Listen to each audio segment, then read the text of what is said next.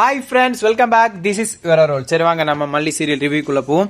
என்னடா இப்ப மல்லி சீரியல் காரசாரமா இப்படி சுவாரஸ்யமா போயிட்டு இருக்கே அப்படின்ற மாதிரி தாங்க எனக்கும் போயிட்டு இருக்கு. உங்களுக்கும் அப்படிதான் எதிர்பார்ப்புகள் போயிட்டு இருக்குன்னு நினைக்கிறேன்.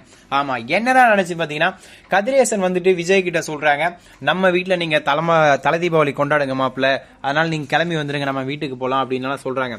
ஆனா இது எதுவுமே கேட்காத நம்மளோட விஜயும் என்னாலலாம் முடியாது, வேணும்னா நீங்க நிஷாவை இங்க வர சொல்லுங்க, வந்து செலிப்ரேட் பண்ண சொல்லுங்க, நான் எதுவும் சொல்லல, ஆனா என்னால அங்க வர முடியாது, அதே மாதிரி மல்லியை விட்டுட்டு என்னால எதுவும் செய்ய முடியாது, மல்லி தான் எனக்கு முதல்ல அப்படின்னு சொல்லிடுறாரு. இதை கேட்ட உடனே சரி ஓகே, அப்போ நம்ம யாரையும் பகச்சிக்க வேண்டாம், நம்ம நல்லதோ கெட்டதோ இங்கேயே தீபாவளி கொண்டாடிடுவோம், சீரம் கொடுத்துருவோம், தனியா நம்ம பொண்ணுக்குன்னு சீரம் கொடுத்தா நல்லா இருக்காது, அதனால மல்லிக்கும் ஒரு சீருன்னு சொல்லி கொடுத்துருவோம், இதனால எந்த பிரச்சனையும் நம்ம தப்பிச்சுக்கலாம், பிளஸ் மல்லி பேரு நல்ல பேரு, மல்லி கிட்ட வாங்கின மாதிரி ஆயிடும், அதுக்கப்புறம் எப்படியோ மல்லியை கழட்டி விட்டுலாம் அப்படின்ற மாதிரி கதிரேசன் பிளான் போட்டு மல்லிக்காக கொடுக்குறாரு அந்த ஒரு தட்டை.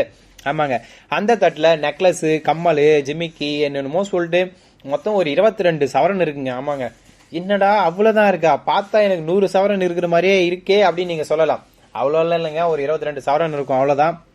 எல்லாம் கவரிங்கான்னு கேட்டீங்களா? இல்லைங்க, ஒரிஜினல் அக்மார்க்கு கோல்டு தங்கம். ஆமாங்க, இதெல்லாம் வாங்கின உடனே மல்லி அமைதியா இருக்காங்க.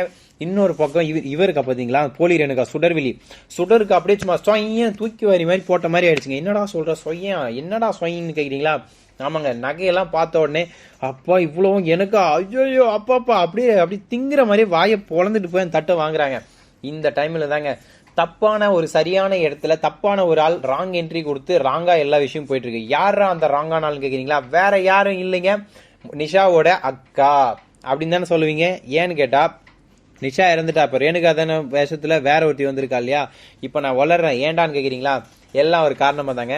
இப்படி வளரக்கூடிய நிஷா தான் அங்க வரா.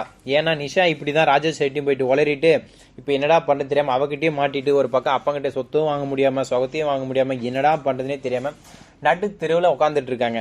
ஸோ இங்க வந்து என்ன ரகலை பண்ண போறாங்க, இப்ப என்னென்ன பண்ணிட்டு இருக்காங்கிற விஷயத்தை பத்தி தான் பார்க்க போறோம், பேச போறோம். வாங்க வீடியோக்குள்ள போலாம். ஆமாங்க, இதுக்கப்புறம் என்னடா பண்றா நிஷா, அவெல்லாம் அந்த மாதிரி எதுவும் பண்ண மாட்டாளே, அப்படி என்ன பண்ணிட்டான்னு கேக்குறீங்களா? சொல்றேன் கேளுங்க. நேரம் அங்க வந்த உடனே என்னப்பா என்ன நீங்க மட்டும் கொண்டாடுறீங்களா அப்படி இப்படின்னு சொல்லிட்டு தேவையில்லாம வாயை விட, அது கதிரேசன் சொல்றாரு, நீ இஷ்டம் தான் இங்க கஷ்டமா இருந்தா கிளம்பி போயிட்டே உன்னை இங்க யாருமே இருக்க சொல்ல அப்படின்னு சொல்ல, இதெல்லாம் கேட்ட உடனே என்ன பண்றது ஏது பண்றது தெரியாம கோவத்துல நிஷா ஒரு தப்பான ஒரு முடிவு எடுக்கிறாங்க. என்னன்னு பார்த்தா கதிரேசனை பிடிச்சி தள்ளி விட்டுறாங்க.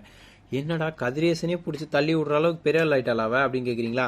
ஆமாங்க, அந்த குண்டு முக்கி ஜிமிக்கி வாய்க்கு திமிர் அதிகமாயிடுச்சு, கொழுப்பு அதிகமாயிடுச்சு.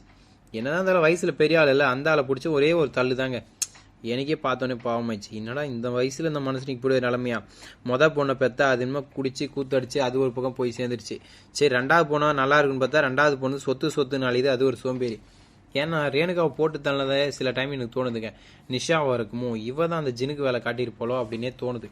ஏன்னா நிஷா அப்படின்றவ ரொம்ப கெட்டவெல்லாம் இல்லைங்க, கெட்டதுலையும் கெட்டவ, கேடு கெட்டவ, முட்டாள். ஸோ அதனால இவன் மேலதான் எனக்கு பெரிய சந்தேகமே இருக்கு. அந்த சந்தேகம் உறுதியாயிடுச்சேன்னா அதுக்கப்புறம் என்ன பண்றதுன்னு நான் யோசிச்சுட்டு இருக்கேன். ஸோ என்ன பண்ணலாம் அப்படின்றது நீங்க சொல்லுங்க. நானும் முடிஞ்ச வரைக்கும் டைரக்டர்கிட்ட போயிட்டு, ஏங்க இதுதாங்க மேட்ரு, இந்த மாதிரி பண்ணுங்க, அந்த மாதிரி பண்ணாதீங்க அப்படி